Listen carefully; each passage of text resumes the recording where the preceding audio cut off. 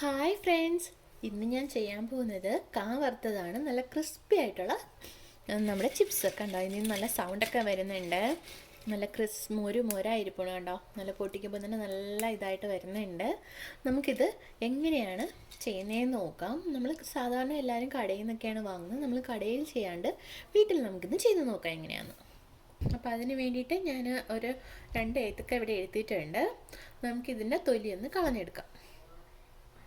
അതിന് വേണ്ടിയിട്ട് നമുക്കിതിൻ്റെ 2 സൈഡ് ഒന്ന് കട്ട് ചെയ്ത് കൊടുക്കാം. എന്നിട്ട് എന്താ ചെയ്യേണ്ടതെന്ന് വെച്ചാൽ ജസ്റ്റ് ഇങ്ങനെ ഒന്ന് ഒരു കീന്തൽ കൊടുക്കുക നീളത്തിന്. എന്നിട്ട് ഇത് കൈ വെച്ചിട്ട് ഇങ്ങനെ ഇളക്കി എടുക്കാം.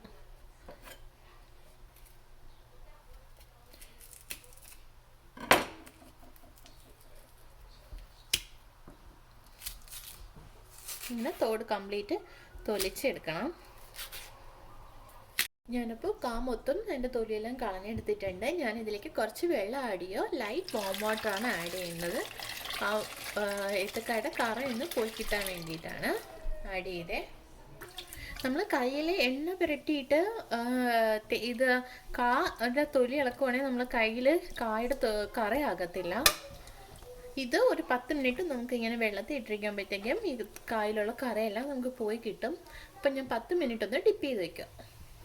ഇപ്പോൾ 10 മിനിറ്റ് ആയിട്ടുണ്ട്. ഞാൻ ഇത് ഒന്ന് വെള്ളം കളഞ്ഞിട്ട് അതിൻ്റെ വെള്ളമെല്ലാം ഒന്ന് ഏത്തക്കായിലുള്ള വെള്ളമെല്ലാം ഒന്ന് പോകാൻ വേണ്ടി മാറ്റി വയ്ക്കുക. നമുക്കിതുപോലെ വേറൊരെണ്ണത്തിലോട്ട് മാറ്റാം.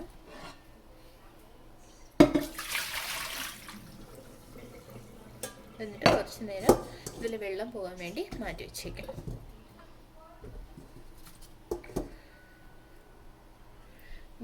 നമ്മൾ ഏത്തക്കയുടെ ഫ്രൈ ചെയ്യുമ്പോൾ അതിൽ ആഡ് ചെയ്യാൻ വേണ്ടിയിട്ട് കുറച്ച് വെള്ളം എടുത്ത് വെച്ചിട്ടുണ്ട്. അതിലേക്ക് കുറച്ച് ഉപ്പ് ആഡ് ചെയ്യുക. ഒരു ടീസ്പൂൺ വേണ്ടി ഞാൻ ഉപ്പ് ആഡ് ചെയ്തിട്ടുണ്ട്. ഇതിലേക്ക് ഞാൻ 1 ടീസ്പൂണിന് വേണ്ടി മഞ്ഞൾപ്പൊടിയും കൂടെ ആഡ് ചെയ്യുക. നമുക്ക് രണ്ടും കൂടെ മിക്സ് ചെയ്യാം. ഇത് ഇങ്ങനെ നമുക്ക് മിക്സ് ചെയ്തിട്ട് നമ്മൾ ഫ്രൈ ചെയ്യുമ്പോൾ അതിൻ്റെ മുകളിലേക്ക് നമുക്ക് ആഡ് ചെയ്ത് കൊടുക്കാം. അപ്പോൾ നമ്മുടെ കായ്ക്ക് ചിപ്സിന് നല്ല ഒരു പിന്നെ ഇതൊക്കെ കിട്ടും. പിന്നെ കളറും കുറച്ച് യെല്ലോ ആയിട്ടിരിക്കും. നമുക്ക് ഏത്തക്കയുടെ കളറും നല്ല യെല്ലോയിഷ് ആയിട്ട് കിട്ടുകയും ചെയ്യും. ഞാൻ കട്ടിംഗ് ബോർഡിൽ വെച്ചിട്ടാണ് കുഞ്ഞു അരിഞ്ഞ് വേറെ പ്ലേറ്റിലോട്ട് മാറ്റാൻ പോകുന്ന കായ. നല്ല നൈസായിട്ട് വേണം നമ്മൾ കായ കട്ട് ചെയ്തെടുക്കാൻ വേണ്ടിയിട്ട്.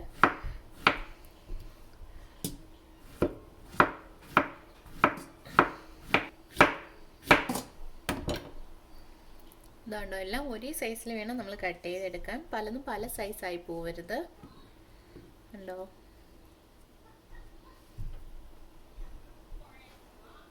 കായപ്പോൾ ഫുള്ളായിട്ട് ഞാനിവിടെ അരിഞ്ഞെടുത്തിട്ടുണ്ട്. നമുക്കിതൊന്ന് ഫ്രൈ ചെയ്തെടുക്കാം. ഫ്രൈ ചെയ്യുന്നതിന് വേണ്ടിയിട്ട് ഞാനൊരു പാത്രത്തിൽ കുറച്ച് എണ്ണ ആഡ് ചെയ്തിട്ടുണ്ട്. ഒന്ന് ചൂടായി വന്നതിന് ശേഷം നമുക്കിതിലേക്ക് ഏത്തക്ക അരിഞ്ഞു വെച്ചിരിക്കുന്നത് ആഡ് ചെയ്ത് കൊടുക്കാം. എണ്ണ ഇപ്പോൾ ഇവിടെ ചൂടായിട്ടുണ്ട്. ഞാനിൽ ഓരോന്നായിട്ട് ആഡ് ചെയ്ത് കൊടുക്കുക.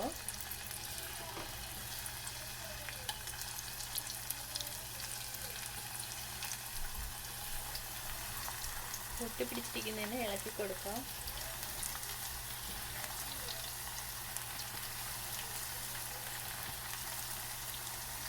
കട്ടിങ് മെഷീൻ ഉള്ളത് അത് വെച്ചിട്ട് കട്ട് ചെയ്ത് ഡയറക്റ്റ് ഇടുന്നതായിരിക്കും എളുപ്പം. എൻ്റെ എല്ലാം മെഷീൻ ഇല്ലാഞ്ഞിട്ട് ഞാൻ ഈ പിച്ചാത്തി വെച്ചിട്ട് ഇങ്ങനെ നൈസായിട്ട് കട്ട് ചെയ്തെടുത്തേ. ഇതിലേക്ക് സോൾട്ട് നമ്മൾ മഞ്ഞയും കൊണ്ട് മിക്സ് ചെയ്ത് വെച്ചിട്ട് ആഡ് ചെയ്യുമ്പോഴത്തേക്കും അതൊന്ന് വെള്ളം നമ്മൾ ആഡ് ചെയ്യുന്നതാണ്. അപ്പോൾ അത് എണ്ണയും കൂടെ ആയതുകൊണ്ട് പൊട്ടിത്തെറിക്കാൻ ചാൻസ് ഉണ്ട്. സോ മാറി നിന്നാണ് നമ്മൾ ആഡ് ചെയ്ത് കൊടുക്കാനായിട്ട്.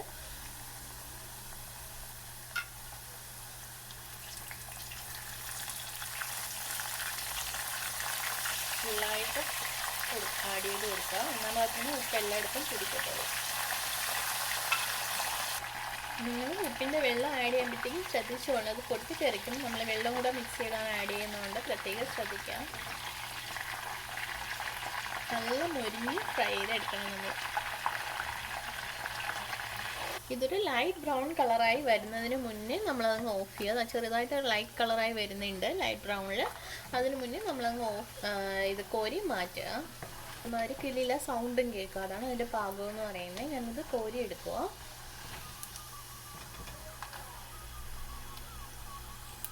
അതിലേക്ക് അടുത്ത സെറ്റ് ആഡ് ചെയ്ത് കൊടുക്കുക. നമ്മൾ ആഡ് ചെയ്യുമ്പോഴത്തേക്കും നല്ല എണ്ണ നല്ല ചൂടാണെങ്കിൽ ഏത്തക്ക പൊങ്ങി വരും.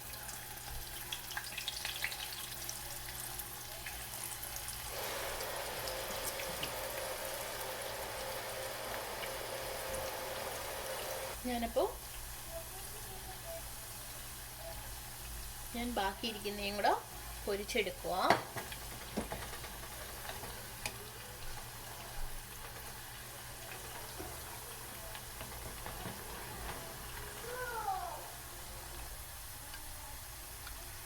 ലേശം നമ്മൾ എടുത്തു വെച്ചിരുന്ന സോൾട്ടിൻ്റെ എല്ലാം